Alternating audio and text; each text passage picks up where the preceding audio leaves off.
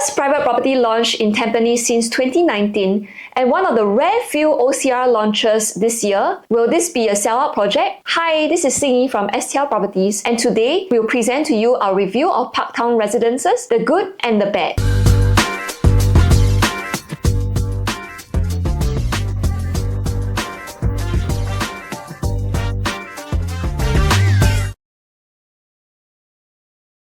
Before I start on the project proper, since this is our very first review that we are doing, let me quickly run through STL's framework by which we assess the potential of each project. First, we will look at the attributes of the project, and this will include the size of project, land price, facilities, unit mix, site plan, as well as upkeep, which is more for resale projects. We'll then look at what this location has to offer, which will include schools, presence of MRT, and surrounding amenities. Third point will be the efficiency of layout. Of course, this point may be a bit less important in today's new projects, with URA's harmonization of definitions of gross floor area over the years. However, there will be some subtle differences, making one layout win over another if we are comparing across new launches. This layout comparison will also be important when comparing a particular new project versus surrounding resale developments. Fourth, we will look at price gap, and for this, we usually look at the PSF and quantum gap versus surrounding supply in the area. We add up the gap to average, median, and highest in the area for both quantum and PSF. It might not mean much if you look at the percentages individually, but it is for comparison across unit types and across projects. Principle is that the lower the gap score, the closer it is to its surrounding competition in quantum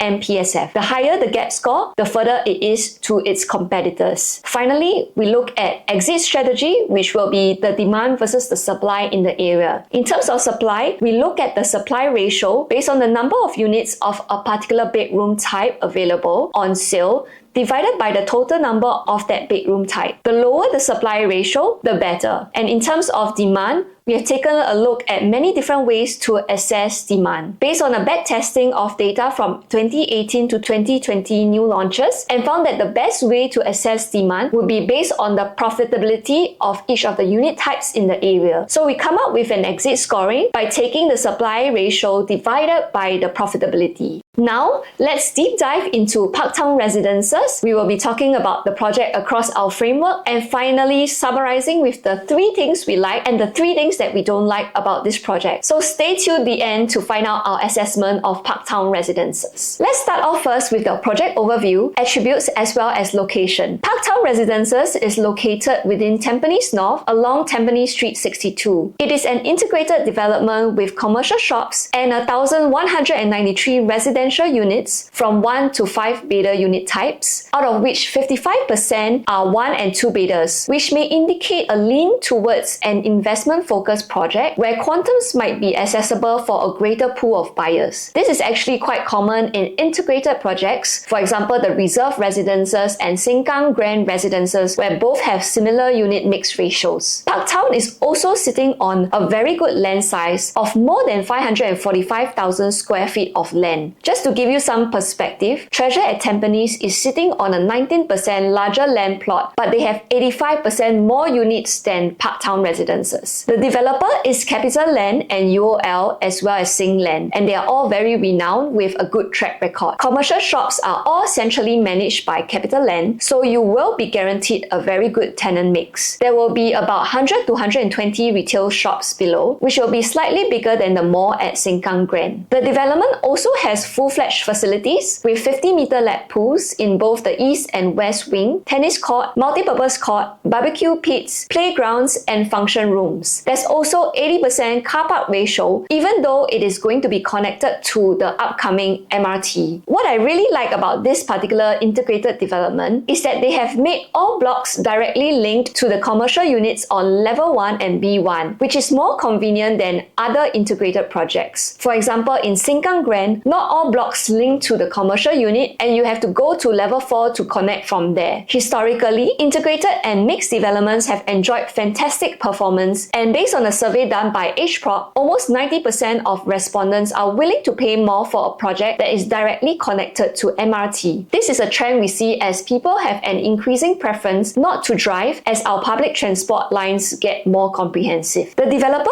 also bought this project at a reasonable price of 885 PSF per plot ratio, which brings their break-even to about 1,744 PSF, adding 5% from break-even due to GFA harmonization. Just to give you a comparison, all the post-harmonized lentor projects in the OCR region have been sold at minimally above 980 PSF. Typically, integrated developments should be priced about 15% more than other comparable developments in the same region. The current OCR average PSF is 2,164 PSF, and this could also include the sale of existing pre-harmonized new launch units. However, if the premium is within reasonable range, which is in the developer's capacity to do so, then the pricing will be very attractive. Because of the lower land cost, the developer has also provided additional touches to the project. For example, providing an air-con lift lobby in the basement car park, having all blocks linked to commercial levels, and providing premium brands for their furnishings, as well as giving more bathroom fittings. Now let's go on to location. Parktown residences will have direct connectivity to the upcoming Tampines North MRT station. Tampines North MRT will be part of the Cross Island line and is slated to open in 2030. This Cross Island line will be a very important line as it's the first to connect the east with the west and also directly connect multiple major work hubs together, including Changi Business District, Punggol Digital District, as well as Jurong Business District. It will also make it much easier to get to town. This project will also be integrated with the bus interchange as well as a community club and hawker center below. The Tampines North Boulevard Park will also be cutting through this project, so you can get connectivity to a park immediately just below your development. One interesting thing to note is that this is not only the first integrated development in Tampines, but it's also the largest integrated development with transport hub in Singapore. Just to give you some perspective, there are only 9 integrated developments with transport hub in Singapore, and the last one that was sold was Reserve Residences, which had very positive results, selling over 70% on launch weekend itself. Overall, in terms of attributes of project and location, there really isn't much to pick on for Parktown Residences, as it has very stellar attributes. The only 2 downsides that I could potentially pick on is number 1, it is not really 1 km to any notable schools. It's 1 km to Angsana Primary, and potentially some blocks are 1 km to Ching Primary. The second one could be that while Parktown's land size is not small, the project might feel a little bit dense in some areas where the block-to-block distance might be a bit short. If you look over here, the shortest block-to-block distance is just 29 meters. However, I feel that the developer has actually done their best to make it less dense by introducing a lot of landscaping and facilities in between the blocks, and this is a common sight in most integrated developments. So if you want ultimate convenience to transportation and amenities, this could be a necessary evil that you may have to accept. Next, we will cover on layouts. Parktown Residences is GFA harmonized, so their AC ledge will not count as part of the strata area. They also don't have curtain walls like pre-harmonized projects, which eat into the livable area of the room, so each room size is the truly livable area of the room. I will just run through the layouts we have from 1 to 5 beta and what I like and don't like about the layouts. After that, I will use 3-bedroom layout as an example to compare against our other competitors in the area. If you want a detailed comparison of the unit type that you are going for, do drop us a WhatsApp in the description box below. And if you like what we are sharing so far, please do like and subscribe to this channel so we can be encouraged to produce more content for you guys. So the smallest is a 1+ study at 506 square feet. This is pretty typical of a 1+ study, and we like that the kitchen is tucked away at one corner rather than along the corridor. Study can be used as a storeroom or combined with the master since the wall is hackable. 2-bed 1-bath at 592 square feet. I think it's pretty standard. When it comes to the 2-bed 2-bath at 678 square feet, I think what they did good is at least they managed to make the kitchen tucked away and enclosable. And this is also dumbbell shaped, which saves space. Rooms are also decently sized. This 2 plus study at 764 square feet is actually bigger than a typical 2 plus study because if you add 40 square feet of aircon ledge, it's already about 807 square feet in size. Also, because this study is tucked to one corner, you can actually turn it into a really big storage room if you need storage space. Now we go on to the 3-bedroom compact, dumbbell shape, cutting out a lot of unnecessary walkway space. Size of the rooms as we go to the bigger unit types are all minimally 9 square meters and above, so very decently sized with no wasted space. This kitchen is also much longer and bigger than typical 3-bedroom compact units. However, because the 3-bedroom compact are typically not corner units, they will not have windows in the kitchen and thus will provide induction stove instead of a gas stove. The 3-bedroom premium 1066 square feet layout is quite similar to the 3-bedroom premium plus study 1163 square feet layout, apart from the additional study and additional L-shaped entranceway. These two layouts are pretty standard and pretty efficient. However, for me, if I had to pick on one thing, then usually if it comes to anything more than 3 rooms, I would prefer for there to be some sort of a dumbbell shaped layout, because then the corridor space starts to get a little long if it's not dumbbell shaped. Otherwise, both layouts are pretty okay, and I like that they have a window across from the study room to allow more cross ventilation to pass through the unit. By the way, we have already seen the show flat and the color themes are very safe and neutral. I also like that they have added nice little touches like having towel hooks, toilet paper holder, full-length mirror with cabinet in the master of some of the larger unit types. I think the layout starts to get pretty impressive and stand out from many other new developments from the 4-bedroom type onwards. At 1335 and 1496 square feet, the living and dining is generous and grand with 4.5 meters wide frontage, which justifies paying more for the unit than your 3 or 2-bedroom types. They also have a separated yard area and 4 proper bedrooms that can all fit a queen-size bed. The 5-bedroom is a generous 1679 square feet. I think if you live in such a space, maybe you don't really need to move out ever again. And if you look at the location of where the 5-room is facing, it is also nicely located at the east wing where there's greater block-to-block distance and very nice landscaping and facilities views. Now, let us compare our layouts versus that of our competition. For the sake of time, we will only focus on comparing the 3-bedroom premium layout. If you look at our current location, we are straddling in between Pasir Ris Estate and the Tampines Central location, so I will be comparing our layout with the newest competitor, Treasure at Tampines, and a couple of condos nearer the MRT, Tampines Avenue 10, as well as Pasir Ris. First, if we were to look at the biggest 3-bedroom layout in Treasure at Tampines, there's a few things that we easily stand out from Treasure. Firstly, Treasure has a pretty large balcony that extends into one of the common bedrooms, and its 3rd bedroom is also smaller in size. The biggest drawback I would say is the tiny kitchen,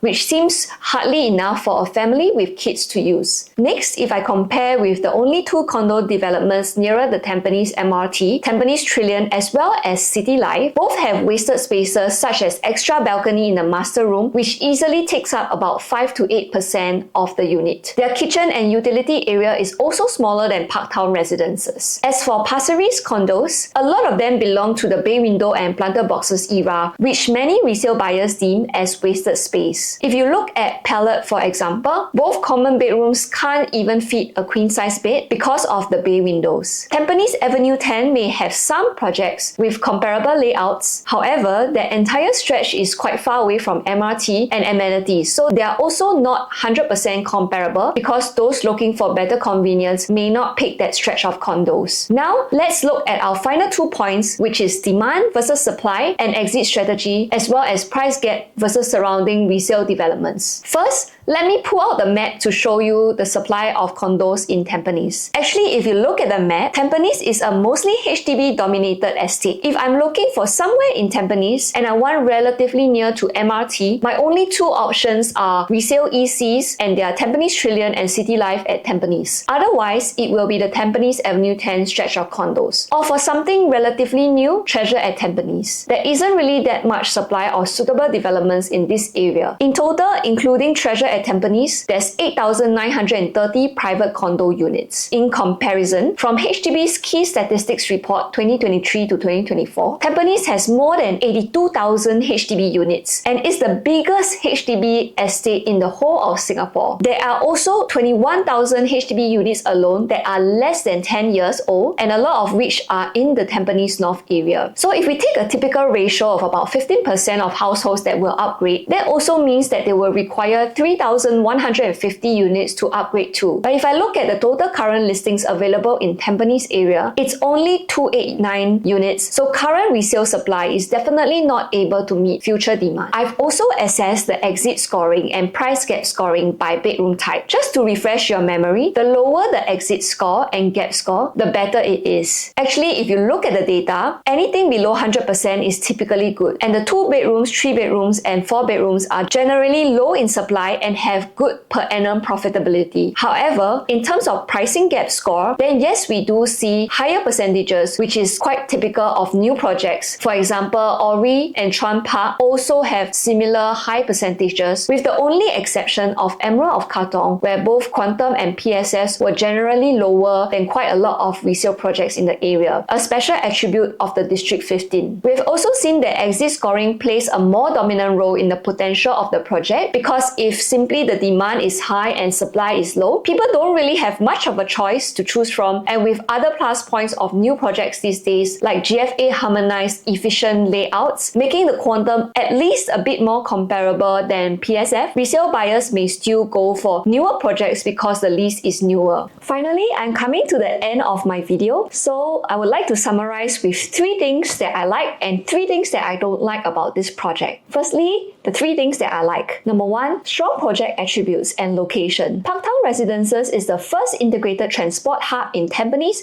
and largest in Singapore, developed by a renowned developer, and Capital Mall just below you. So you get mall, MRT, bus, food and park all right at your doorstep. Number 2, superior layouts compared to competition in Tampines and Pasir Ris area with no wasted space, and it's also the first GFA harmonized development, which means AC ledgers are not counted as well. I especially like their 4 and 5 bedroom layout types. The third point that I like would be surrounding undersupply with strong exit scoring, especially for 2 to 4 bedroom types, which will provide ease of exit in the future. Now moving on to the 3 things that I don't like. Number 1 would be gap score. However, this is quite common in locations where there's not many new launches, because it's natural that most new launches will be higher in PSF and Quantum than surrounding resale. So even projects such as Ori and Chuan Park also have high gap scores of above 150%. One way is to also compare against newer alternatives nearby. For example, Treasure at Tampines and Pasir Ris 8, of which their Quantums and PSFs are closer to what Parktown will be transacting at. We can also refer to examples such as Woodleigh Residences and Sengkang Grand Residences to see their profitability despite having high gap score versus their neighbours when they launched. The second point that I don't really like is that they are not 1 km to notable primary schools. This could be a concern for families with young kids eyeing certain primary schools. However, actually quite a number living in Tampines already tend to have alumni to the schools in Tampines area and may not need that 1 km. Furthermore, integrated developments tend also to attract a more diverse crowd of buyers who prioritize ultimate convenience above anything else. Such developments may attract singles, families without kids, retirees whose kids have left their nest, and many more. Not to mention, this is the only integrated development in Tampines where the HDB estate is the biggest in the whole of Singapore, so the demand pool will be huge. The third point that I don't really like is that there are quite a number of new executive condos in the area, including Tenet, Park Central Residences, and the upcoming Oriole of Tampines, which were generally sold cheaper due to its EC nature. So in the future, when owners resell, there might be a concern that they will undercut your prices at Parktown. I think one example we can use to mitigate this factor is that the owners of 100 Palms Residences are currently asking the same or even more than Affinity at Serangoon and Garden Residences. Their highest transactor has already hit 1,900 PSF. Even though they may have gotten their units at subsidized prices, it doesn't mean that they are willing to sell cheaper than their neighbors, because they had to wait for 5-year minimum occupation period plus 4 years of construction period, so they also wouldn't sell themselves short. Furthermore, the undersupply in the area should more than compensate for the difference in price. Thanks for staying till the end of the video. If you like our analysis, please do remember to like this video and subscribe subscribe to our channel for us to do up more content for you. Finally, it can get overwhelming with the new projects on which is the right unit to choose that will help you to maximize your profits, because the preview period happens really fast and prices are usually released only on booking day itself, leaving you with little time to compare and contrast the pricing across the different stacks. So if you do need an expert to help you strategize beforehand and navigate through this entire process, do contact us at the link below. If you would like a copy of our analysis, please fill out the Google form below. Thank you very much and wishing you guys a happy Chinese New Year. Once again, this is Xingyi from STL Properties. Goodbye!